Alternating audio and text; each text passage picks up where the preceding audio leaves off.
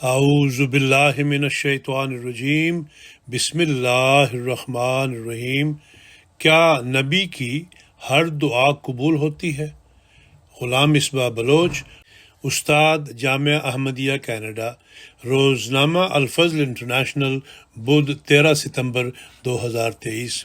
سنت الہیہ اسی طرح پر واقع ہے کہ خدا ان کی سنتا ہے، اور ایسا ہی ہوتا ہے کہ خدا ان کی دعا کو رد نہیں کرتا، اور کبھی ان کی عبودیت ثابت کرنے کے لیے دعا سنی نہیں جاتی تا جاہلوں کی نظر میں خدا کے شریک نہ ٹھہر جائیں۔ اللہ سبحانہ و تعالی نے انبیاء و مرسلین کو سب سے اعلیٰ اور بلند مقام پر فائز فرمایا ہے، لیکن بعض لوگوں نے انبیاء کے اس بلند و بالا مرتبے میں غلف سے کام لیا ہے، اور انبیاء کے متعلق بعض ایسی باتیں خیال کر لی ہیں جو حقیقت کے بالکل برعکس ہیں۔ انہی باتوں میں سے ایک انبیاء کی قبولیت دعا کا تصور ہے۔ اس میں کوئی شک نہیں کہ انبیاء کو قبولیت دعا کا نشان دیا جاتا ہے، یعنی بڑی کثرت سے ان کی دعائیں قبول ہوتی ہیں، لیکن یہ خیال کرنا کہ نبی کی ہر دعا قبول ہو جاتی ہے یہ درست نہیں ہے، کیونکہ قرآن و حدیث سے یہ بات ثابت ہے کہ اللہ تعالیٰ نے بعض مواقع پر انبیاء کی دعاؤں کا جواب اس طرح نہیں دیا جس طرح وہ مانگ رہے تھے۔ قرآن کریم میں حضرت نوح علیہ السلام کی ایک دعا کا ذکر ہوا ہے کہ وَنَادَى نُوحٌ رَبَّهُ فَقَالَ رَبِّ إِنَّ ابْنِي مِنْ أَهْلِي وَإِنَّ وَعْدَكَ الْحَقُّ وَأَنْتَ أَحْكَمُ الْحَاكِمِينَ۔ سورہ ہود آیت نمبر 46۔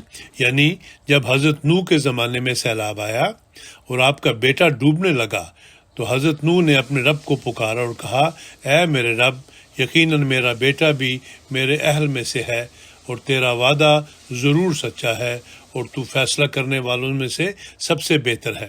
حضرت نوح کی اس دعا کے جواب میں اللہ تعالیٰ نے فرمایا، قال یا نوح انہ لیس من اہلک انہ عمل غیر صالح فلا تسألنی ما لیس لک بہ علم انی اعظک ان تکون من الجاہلین۔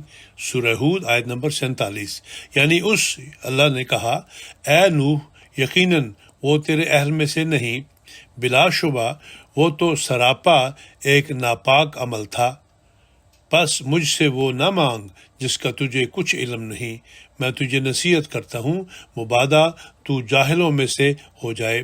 اس جواب سے واضح ہے کہ اللہ تعالیٰ کے حضور میں حضرت نوح کی یہ دعا قبول نہیں ہوتی، بلکہ مولانا مودودی صاحب دربار خداوندی سے الٹی اس پر ڈانٹ پڑتی ہے۔ تفسیر تفہیم القرآن مولانا مودودی، زیر تفسیر سورہ ہود آیت نمبر 47۔ امام قشیری رحمہ اللہ اسی آیت کی تفسیر میں لکھتے ہیں، لم یستجب لہ فی ولدہ، تفسیر لطائف الاشارات القشیری، کہ اللہ تعالیٰ نے حضرت نوح کی آپ کے بیٹے کے متعلق مطلوبہ دعا قبول نہیں کی۔ حضرت موسیٰ علیہ السلام کے بارے میں قرآن کریم میں آیا ہے، قال رب ارنی انظر الیک قال لن ترانی، الاعراف آیت نمبر 143۔ یعنی حضرت موسیٰ علیہ السلام نے دعا کی کہ اے میرے رب، مجھے اپنا آپ دکھا، تو اللہ تعالیٰ نے صاف کہہ دیا کہ تو مجھے نہیں دیکھ سکتا۔ اسی طرح سورہ طٰہٰ میں حضرت موسیٰ علیہ السلام کا دعا میں بعض باتیں مانگنے کا ذکر آیا ہے جو رب اشرح لی صدری کے الفاظ سے شروع ہوتی ہے۔ اسی دعا میں ایک بات یہ بیان ہوئی ہے کہ وَاحْلُلْ عُقْدَةً مِّن لِّسَانِی یفقہوا قولی، یعنی اے اللہ تو میری زبان کی گرہ کھول دے تاکہ وہ میری بات سمجھ جائیں۔ اس دعا کے متعلق علامہ القمی النساپوری اپنی تفسیر میں لکھتے ہیں، وَهَلْ زَالَتْ تِلْكَ الْعُقْدَةَ بِالْكُلِّيَّةِ وَالْأَصَحُّ أَنَّهُ بَقِيَ بَعْضُهَا لِقَوْلِهِ تَعَالَى حِكَایَةٌ عَنْ فِرْعَوْنَ أَمْ أَنَا خَيْرٌ مِّنْ هَٰذَا الَّذِي هُوَ مَهِينٌ وَلَا يَكَادُ يُبِينُ۔ الزخرف آیت نمبر 52۔ تفسیر غرائب القرآن و رغائب الفرقان، سورہ طٰہٰ آیت نمبر 27۔ یعنی کیا یہ گرہ مکمل طور پر کھل گئی تھی؟ زیادہ درست بات یہ ہے کہ اس لکنت میں کچھ ابھی باقی رہ گیا تھا، جس کی وجہ سے فرعون نے کہا تھا ولا یکاد یبین، کہ یہ تو کھول کر بات بیان بھی نہیں کر سکتا۔ بالفاظ دیگر حضرت موسیٰ علیہ السلام کی دعا جزوی طور پر قبول ہوئی۔ حضرت موسیٰ علیہ السلام کے حالات میں ہی ایک روایت صحیح بخاری میں ان الفاظ میں ملتی ہے: ارسلا ملک الموت الی موسیٰ علیہ السلام فسأل اللہ ان یدنیہ من الارض المقدس رمیتاً بحجر۔ صحیح بخاری کتاب الجنائز۔ یعنی موت کا فرشتہ جب حضرت موسیٰ کی طرف بھیجا گیا تو حضرت موسیٰ نے اللہ تعالیٰ سے دعا کی کہ اے اللہ مجھے ارض مقدسہ کے قریب کر کے وفات دینا۔ چنانچہ اس کے بعد آپ کی وفات کے متعلق لکھا ہے: وَقَضَىٰ عَبْدُ اللَّهِ مُوسَىٰ بِأَرْضِ مُعَاب بِأَمْرِ الرَّبِّ فَدُفِنَ، یعنی فی ارض معاب۔ تفسیر نظم الدرر فی تناسب الآیات والسور۔ سورۃ المائدہ آیت نمبر 26۔ قال فإنها محرمة علیہم 40 سنہ یتیہون فی الارض فلا تأس علی القوم الفاسقین۔ ترجمہ: اللہ تعالیٰ کے حکم سے حضرت موسیٰ علیہ السلام کی وفات مواب کی سرزمین میں ہوئی اور آپ وہیں مواب میں ہی دفن ہوئے۔ پھر حضرت ابن عباس کی روایت کے حوالے سے لکھا ہے: عن ابن عباس قال فمات موسیٰ فی التیہ ومات ہارون قبلہ قال فلبثوا فی تیہہم 40 سنہ۔ تفسیر جامع البیان فی تفسیر القرآن۔ سورۃ المائدہ آیت نمبر 26۔ قال فإنها محرمة علیہم 40 سنة یتیہون فی الارض فلا تأس علی القوم الفاسقین۔ یعنی موسیٰ علیہ السلام اور حضرت ہارون علیہ السلام دونوں صحرا میں ہی وفات پا گئے، جس کے بعد بنی اسرائیل 40 سال تک صحرا میں بھٹکتے رہے۔ اب ارض معاب کا فاصلہ ارض مقدسہ سے 300 میل بتایا گیا ہے۔ سوال یہ ہے کہ حضرت موسیٰ علیہ السلام نے تو دعا کی تھی کہ یدنیہ من الارض المقدسۃ رمیتاً بحجر، یعنی اے اللہ مجھے ارض مقدسہ سے اتنا قریب کر کے وفات دینا کہ جہاں سے اگر پتھر پھینکا جائے تو وہاں پہنچ جائے، یعنی سٹونز تھرو اوے۔ لیکن حضرت موسیٰ علیہ السلام کی وفات اس دعا کے مطابق نہیں ہوئی، بلکہ 300 میل پہلے ہی ہو گئی، اتنی دور کہ جہاں سے بنی اسرائیل کو ارض مقدسہ پہنچنے کے لیے 40 سال لگے۔ یہی وجہ ہے کہ آج تک کسی کو حضرت موسیٰ کی قبر کا علم نہیں۔ اگر مطلوبہ قرب میں وفات ہوئی ہوتی تو قبر ضرور آج تک معروف ہوتی، جیسا کہ ارض مقدسہ میں دیگر انبیاء کی قبریں آج تک مشہور ہیں۔ حضرت سلیمان علیہ السلام کے متعلق حدیث میں آیا ہے: عن عبداللہ بن عمرو عن النبی صلی اللہ علیہ وسلم قال لما فرغ سلیمان بن داود من بناء بیت المقدس سأل اللہ ثلاثا حکما یصادف حکمہ وملکا لا ينبغی لأحد من بعدہ وَأَلَّا يَأْتِيَ هَذَا الْمَسْجِدَ أَحَدٌ لَا يُرِيدُ إِلَّا الصَّلَاةَ فِيهِ إِلَّا خَرَجَ مِنْ ذُنُوبِهِ كَيَوْمَ وَلَدَتْهُ أُمُّهُ فَقَالَ النَّبِيُّ صلی اللہ علیہ وسلم أَمَّا اثْنَتَانِ فَقَدْ أُعْطِيَهُمَا وَأَرْجُو أَنْ يَكُونَ قَدْ أُوتِيَ الثَّالِثَةَ۔ سنن ابن ماجہ کتاب اقامت الصلاۃ۔ یعنی حضرت عبداللہ ابن عمر روایت کرتے ہیں کہ حضرت صلی اللہ علیہ وسلم نے فرمایا کہ جب حضرت سلیمان علیہ السلام بیت المقدس کی تعمیر سے فارغ ہوئے تو اللہ تعالیٰ سے 3 دعائیں مانگی۔ پہلی دعا فیصلہ کے متعلق تھی کہ اللہ تعالیٰ آپ کے فیصلہ کے مطابق فیصلہ عطا فرمائے۔ دوسری یہ کہ آپ کو ایسی بادشاہت ملے جو آپ کے بعد کسی اور کو نہ ملے۔ تیسری یہ کہ جو بھی اس مسجد یعنی بیت المقدس میں محض نماز کی نیت سے آئے تو وہ اس طرح گناہوں سے پاک ہو کر نکلے جس طرح کہ وہ اس دن تھا جس دن اس کی ماں نے اسے جنم دیا۔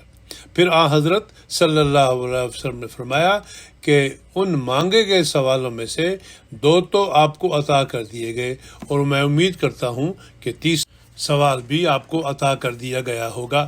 حضرت سلیمان کے متعلق اس حدیث کے آخری الفاظ بتا رہے ہیں کہ آپ صلی اللہ علیہ وسلم نبی کی ہر دعا کو قطعی طور پر قبولیت کے درجے پر نہیں سمجھتے تھے۔ اگر ایسا ہوتا تو آپ تیسری دعا کے متعلق بھی فرماتے کہ مجھے یقین ہے کہ حضرت سلیمان کو تیسری دعا کا جواب بھی ہاں میں ہی ملا ہوگا، کیونکہ نبی کی مانگی ہوئی ہر دعا ضرور قبول ہوتی ہے، لیکن آپ قطعیت کی بجائے امید ارجو کا لفظ فرما رہے ہیں۔ پس کسی بات کے متعلق امید لگانا بتاتا ہے کہ ابھی اس کا یقینی ہونا واضح نہیں۔ امام راغب لفظ رجا کے متعلق لکھتے ہیں ظن یقتضی حصول ما فیہ مسرہ ان الرجا والخوف یتلازمان المفردات فی غریب القرآن، یعنی رجا ایسے ظن کو کہتے ہیں جس میں مسرت حاصل ہونے کا امکان ہو، اور یہ کہ خوف و رجا باہم متلازم ہیں۔ اہل حدیث عالم مولانا محمد عبداللہ فیروز پوری صاحب مترجم مفردات امام راغب ساتھ ہی رجا یا امید کے متعلق لکھتے ہیں جب کسی محبوب چیز کے حصول کی توقع ہوگی ساتھ ہی اس کے تضیع کا اندیشہ بھی دامنگیر رہے گا۔ سب سے بڑھ کر مثال ہمارے پیارے نبی کریم صلی اللہ علیہ وسلم کی ہے۔ آپ کا مقام و مرتبہ سب سے بلند و عرفہ ہے اور آپ خیر الانام اور خاتم النبیین ہیں، لیکن آپ نے خود اس بات کا اظہار فرمایا ہے کہ اللہ تعالیٰ نے میری بعض دعاؤں میں مجھے منع فرما دیا۔ چنانچہ روایت میں آتا ہے وأخرج ابن مردويه عن ابن عباس أن رسول الله صلى الله عليه وسلم قال دعوت ربي أن يدفع عن أمتي أربع فرفع عنهم اثنتين وأبى أن يرفع عنهم اثنتين دعوت ربي أن يرفع عنهم الرجم من السماء والغرق من الأرض ولا يلبسهم شيع وألا يزيق بعضهم بأس بعض فرفع عنهم الرجم والغرق وأبى أن يرفع القتل والحرج۔ تفسیر الدر المنصور فی تفسیر بالمعصور، یعنی حضرت ابن عباس رضی اللہ عنہ روایت کرتے ہیں کہ حضرت صلی اللہ علیہ وسلم نے فرمایا کہ میں نے اپنے رب سے دعا کی کہ میری امت سے 4 باتوں کو دور کر دے، چنانچہ اللہ تعالیٰ نے 2 باتوں کو تو دور کر دیا لیکن باقی 2 باتوں کو دور کرنے سے انکار کر دیا۔ میں نے رب سے مانگا تھا کہ میری امت سے پتھروں کی بارش کو دور کر دے، غرق آبی کو دور کر دے، ان کو آپس میں فرقہ فرقہ کر کے ایک دوسرے کے خلاف نہ ٹکرا دے، اور یہ کہ ان میں سے بعض کو بعض کی لڑائی کا مزہ نہ چکھائے۔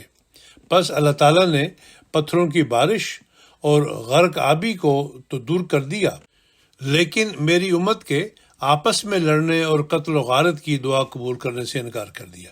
قریباً اسی مضمون کی حدیث سنن ابن ماجہ میں بھی مذکور ہے جہاں 3 باتوں کی بابت دعا مانگنے کا ذکر ہے۔ لکھا ہے ان معاذ بن جبل قال صلی رسول اللہ صلی اللہ علیہ وسلم یوما صلاة فأطال فیہا فلما انصرف قلنا او قالوا یا رسول اللہ اطلت اليوم الصلاة قال انی صلیت صلاة رغبت ورہبت سألت اللہ عز وجل لأمتی ثلاثا فأعطانی اثنتین ورد علی واحدہ۔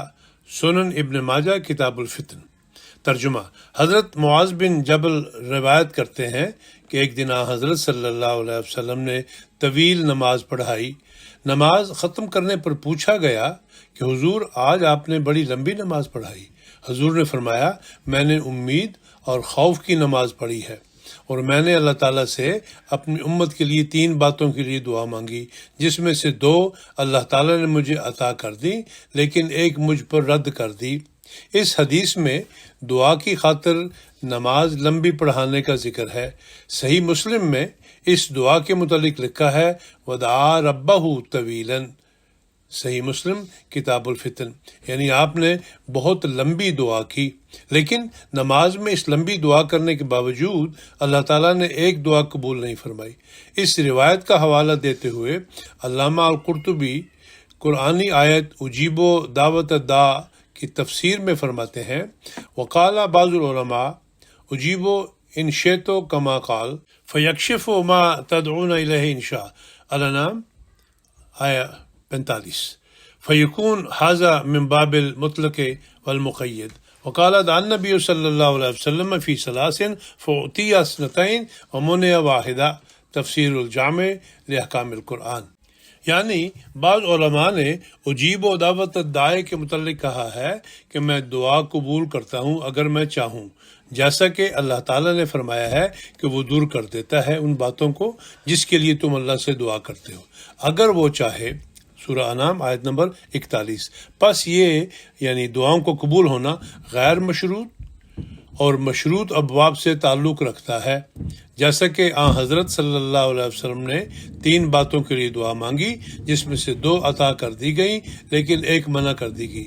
علامہ ابن حجر عسقلانی اسی 3 دعاؤں والی روایت کے حوالے سے ان لوگوں کا رد کرتے ہیں جو یہ دعویٰ کرتے ہیں کہ انبیاء کی ہر دعا قبول ہوتی ہے، چنانچہ وہ تحریر فرماتے ہیں وَأَمَّا جَزْمُهُ أَوَّلًا بِأَنَّ جَمِيعَ أَدْعِيَتِهِمْ مُسْتَجَابَةٌ فَفِيهِ غَفْلَةٌ عَنِ الْحَدِيثِ الصَّحِيحِ سَأَلْتُ اللَّهَ ثَلَاثًا فَأَعْطَانِي اثْنَتَيْنِ وَمَنَعَنِي وَاحِدَةً فتح الباری شرح صحیح بخاری کتاب الدعوات۔ یعنی جہاں تک ان کا یہ دعویٰ ہے کہ انبیاء کی تمام دعائیں قبول ہوتی ہیں تو اس دعوے میں صحیح حدیث سے غفلت ہے کہ میں نے اللہ تعالیٰ سے 3 چیزیں مانگی جس میں سے اللہ تعالیٰ نے مجھے 2 چیزیں عطا کر دی لیکن 1 منع کر دی۔ سورہ الضحیٰ کی تفسیر میں اکثر تفاسیر میں حضرت صلی اللہ علیہ وسلم کی اس بات کا ذکر ملتا ہے سألت ربی مسألۃ وددت ان لم اکن سألتہ، یعنی میں نے اللہ تعالیٰ سے ایک دعا مانگی، میں چاہتا ہوں کہ میں نے نہ مانگی ہوتی۔ تفصیلی روایت یوں ہے واخرج ابن ابی حاتم الطبرانی والحاکم وصححہ وابو نعیم والبہقی کلاہما فی الدلائل وابن مردویہ وابن عساکر رضی اللہ عنہم عن النبی صلی اللہ علیہ وسلم قال سألت ربی مسألۃ وددت انی لم اکن سألتہ فقلت قد كانت قبلی الانبیاء منہم من سخرت له الریح ومنہم من کان یحیی الموتى فقال تعالی یا محمد الم اجد کا یتیما فآویتک الم اجد کا ضالا فہدیتک الم اجد عائلا فاغنیتک الم اشرح لک صدرک الم اضع عنک وزرک الم ارفع لک ذکرک قلت بلا یا رب۔ تفسیر الدر المنصور فی تفسیر بالمعثور السیوطی۔ یعنی حضرت صلی اللہ علیہ وسلم فرماتے ہیں کہ میں نے اللہ تعالیٰ سے ایک دعا مانگی، چاہتا ہوں کہ یہ میں نے نہ مانگی ہوتی۔ میں نے کہا تھا کہ مجھ سے پہلے انبیاء میں سے بعض کے لیے ہوا مسخر کی گئی، بعض مردے زندہ کیا کرتے تھے۔ اس پر اللہ تعالیٰ نے فرمایا اے محمد کیا میں نے تجھے یتیم پا کر تجھے پناہ نہیں دی؟ کیا میں نے تجھے محبت میں سرشار پا کر تجھے ہدایت نہیں دی؟ میں نے کہا کیوں نہیں اے میرے رب۔ پھر حضرت صلی اللہ علیہ وسلم کی یہ حدیث بہت مشہور و معروف ہے اور متفق علیہ ہے لکل نبی دعوت مستجابہ۔ یہ ایک روایت ہی اس مسئلہ کو سمجھنے کے لیے کافی ہے۔ آپ نے یہ نہیں فرمایا کلو دعوت نبی مستجابہ کہ نبی کی ہر دعا قبول ہوتی ہے، بلکہ فرمایا لکل نبی دعوت مستجابہ، یعنی ہر نبی کو ایک دعا ایسی دی جاتی ہے جو ضرور قبول ہوتی ہے۔ مکمل روایت یوں ہے ان ابی ہریرہ قال قال رسول اللہ صلی اللہ علیہ وسلم لکل نبی دعوت مستجابۃ یدعو بها فیستجاب له فیؤتاها وانی اختبأت دعوتی شفاعۃ لامتی یوم القیامہ۔ صحیح بخاری کتاب الدعوات۔ یعنی حضرت ابو ہریرہ رضی اللہ عنہ بیان کرتے ہیں کہ رسول اللہ صلی اللہ علیہ وسلم نے فرمایا کہ ہر نبی کے لیے ایک مقبول دعا ہوتی ہے، جب وہ مانگتا ہے تو وہ قبول ہوتی ہے اور اسے عطا کی جاتی ہے، اور میں نے اپنی اس دعا کو قیامت کے دن اپنی امت کی شفاعت کے لیے محفوظ رکھا ہے۔ امام بخاری نے کتاب الدعوات میں پہلا باب اسی کا باندھا ہے، لیکن اس باب سے پہلے سب سے اوپر قرآنی آیت وقال ربکم ادعونی استجب لکم سورہ المومن آیت 61 رکھی ہے۔ امام ابن حجر عسقلانی آیت اور باب کا تعلق بیان کرتے ہوئے لکھتے ہیں ومناسبتها لآیت الاشارہ الی ان بعض الدعاء لا یستجاب عینا، یعنی باب کی مذکور آیت سے مناسبت میں یہ اشارہ ہے کہ بعض دعائیں بعین ہی قبول نہیں ہوتی۔ مزید فرماتے ہیں ان المراد بالاجابت فی الدعوت المذکورہ القطع بها وما عدا ذلك من دعواتهم فهو على رجاء الاجابہ۔ صحیح بخاری کتاب الدعوات۔ یعنی اس حدیث میں مذکورہ دعا کی قبولیت سے مراد اس کا قطعیت کے ساتھ قبول ہونا ہے، باقی اس خاص دعا کے علاوہ انبیاء کی جو دیگر دعائیں ہیں وہ تو با امید قبولیت ہیں، یعنی ان میں حتمی طور پر کچھ نہیں کہا جا سکتا۔ بریلوی عالم دین غلام رسول سعیدی نے اس حدیث کا ترجمہ یوں لکھا ہے، ہر نبی کو ایک دعا کا حق دیا جاتا ہے جس کو اللہ تعالیٰ اپنے فضل سے حتمی طور پر قبول فرماتا ہے۔ شرح صحیح مسلم۔ از غلام رسول سعیدی۔ علامہ النووی اس حدیث کی شرح میں لکھتے ہیں قولہ لکل نبی دعوت مستجابہ، قال النووی معناہ ان کل نبی لہ دعوت متیقنۃ الاجابہ وہو علی یقین من اجابتها وما بقی دعواتهم فهم علی طمع من اجابتها وبعضها یجاب وبعضها لا یجاب۔ صحیح مسلم بشرح نووی کتاب الایمان۔ یعنی اس حدیث کا مطلب یہ ہے کہ ہر ایک نبی کی ایک دعا ایسی ہوتی ہے جس کی قبولیت یقینی ہوتی ہے۔ جہاں تک ان کی باقی دعاؤں کا تعلق ہے تو وہ با امید قبولیت ہوتی ہیں، جن میں سے بعض قبول ہو جاتی ہیں اور بعض قبول نہیں ہوتی۔ امام نووی نے انبیاء کی دعاؤں کے متعلق بعضھا یجاب و بعضھا لا یجاب کہہ کر اس مسئلہ کی حقیقت بتا دی ہے۔ تفاسیر کے مطالعہ سے اس بات کا علم ہوتا ہے کہ حضرت صلی اللہ علیہ وسلم نے جنگ احد کے موقع پر کفار کے خلاف بعض دعائیں کی، جس پر اللہ تعالیٰ نے لیس لک من الامر شیء، یعنی تیرا اس معاملہ میں کچھ دخل نہیں، آل عمران آیت 128 کہہ کر آپ کو ان دعاؤں سے روک دیا۔ اس آیت کی تفسیر میں بہت سی ممکنہ صورتیں بیان کی گئی ہیں، جن میں سے ایک علامہ فخر الدین رازی نے یوں بیان کی ہے وَمِنْهُمْ مَنْ قَالَ الْمَقْصُودَ مِنْهُ الْإِظْهَارُ اِجْزِ الْعُبُودِيَّةِ وَلَا يَخُوضُ الْعَبْدُ فِي أَسْرَارِ اللَّهِ تَعَالَى فِي مُلْكِهِ وَمَلَكُوتِهِ هذا هو الأحسن عندي والأوفق لمعرفة الأصول الدالة على حقيقة الربوبية والعبودية۔ تفسیر مفاتیح الغیب التفسیر الکبیر رازی۔ سورۃ آل عمران آیت نمبر 128 لیس لک من الامر شیء او یتوب علیہم او یعذبہم فانہم ظالمون۔ یعنی بعض نے یہ کہا ہے کہ اس طرح دعا سے روکنے کا مقصد بندگی کی بے بسی کو ظاہر کرنا ہے، اور یہ کہ بندہ خدا تعالیٰ کے اسرار و رموز اور اس کی بادشاہی اور سلطنت میں داخل نہ ہو۔ یہ بات میرے نزدیک سب سے بہتر اور زیادہ موضوع ہے جو ربوبیت اور عبودیت کی حقیقت کی معرفت پر دلالت کرتی ہے۔ لا ریب انبیاء کا مقام و مرتبہ بہت اعلیٰ و عرفہ ہے، لیکن پھر بھی نبی کے مقام کی رفعت اور اللہ تعالیٰ کے مقام کی رفعت میں فرق ہے۔ اللہ تعالیٰ ربوبیت کے مقام پر ہے اور نبی عبودیت کے مقام پر ہیں، اس لیے ہر مسلمان سے کلمہ شہادت میں اشہد ان محمدً عبدہ و رسولہ کا اقرار لیا گیا ہے، یعنی میں گواہی دیتا ہوں کہ بے شک محمد اللہ کے بندے اور اس کے رسول ہیں۔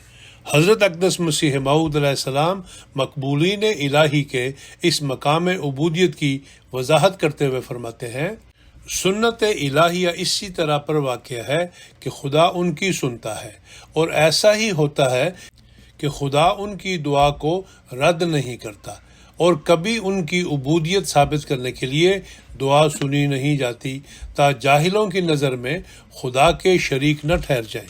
یہ بالکل سچ ہے کہ مقبولین کی اکثر دعائیں منظور ہوتی ہیں، بلکہ بڑا معجزہ ان کا استجابت دعا ہے۔ جب ان کے دلوں میں کسی مصیبت کے وقت شدت بے قراری ہوتی ہے اور اس شدید بے قراری کی حالت میں وہ اپنے خدا کی طرف رجوع کرتے ہیں تو خدا ان کی سنتا ہے۔ یہ بھی یاد رکھنا چاہیے کہ یہ خیال کہ مقبولین کی ہر ایک دعا قبول ہو جاتی ہے یہ سراسر غلط ہے، بلکہ حق بات یہ ہے کہ مقبولین کے ساتھ خدا تعالیٰ کا دوستانہ معاملہ ہے. کبھی وہ ان کی دعائیں قبول کر لیتا ہے اور کبھی وہ اپنی مشیت ان سے منوانا چاہتا ہے. جیسے کہ تم دیکھتے ہو کہ دوستی میں ایسا ہی ہوتا ہے. بعض وقت ایک دوست اپنے دوست کی بات کو مانتا ہے اور اس کی مرضی کے موافق کام کرتا ہے، اور پھر دوسرا وقت ایسا بھی آتا ہے کہ اپنی بات اس سے منوانا چاہتا ہے. اسی کی طرف اللہ تعالیٰ قرآن شریف میں اشارہ فرماتا ہے، جیسا کہ ایک جگہ قرآن شریف میں مومنوں کی استجابت دعا کا وعدہ کرتا ہے اور فرماتا ہے ادعونی استجب لکم، المومن آیت نمبر 61، یعنی تم مجھ سے دعا کرو میں تمہاری دعا قبول کروں گا. اور دوسری جگہ اپنی نازل کردہ قضاء و قدر پر خوش اور راضی رہنے کی تعلیم کرتا ہے، جیسا کہ فرماتا ہے وَلَنَبْلُوَنَّكُمْ بِشَيْءٍ مِّنَ الْخَوْفِ وَالْجُوعِ وَنَقْصٍ مِّنَ الْأَمْوَالِ وَالْأَنفُسِ وَالثَّمَرَاتِ وَبَشِّرِ الصَّابِرِينَ الَّذِينَ إِذَا أَصَابَتْهُمْ مُصِيبَةٌ قَالُوا إِنَّا لِلَّهِ وَإِنَّا إِلَيْهِ رَاجِعُونَ. البقرہ آیت نمبر 156 157. پس ان دونوں آیتوں کو ایک جگہ پڑھنے سے صاف معلوم ہو جائے گا کہ دعاؤں کے بارے میں کیا سنت اللہ ہے اور رب اور عبد کا کیا باہمی تعلق ہے. حقیقت الوحی، روحانی خزائن، جلد نمبر 22، صفحہ نمبر 20 اور 21.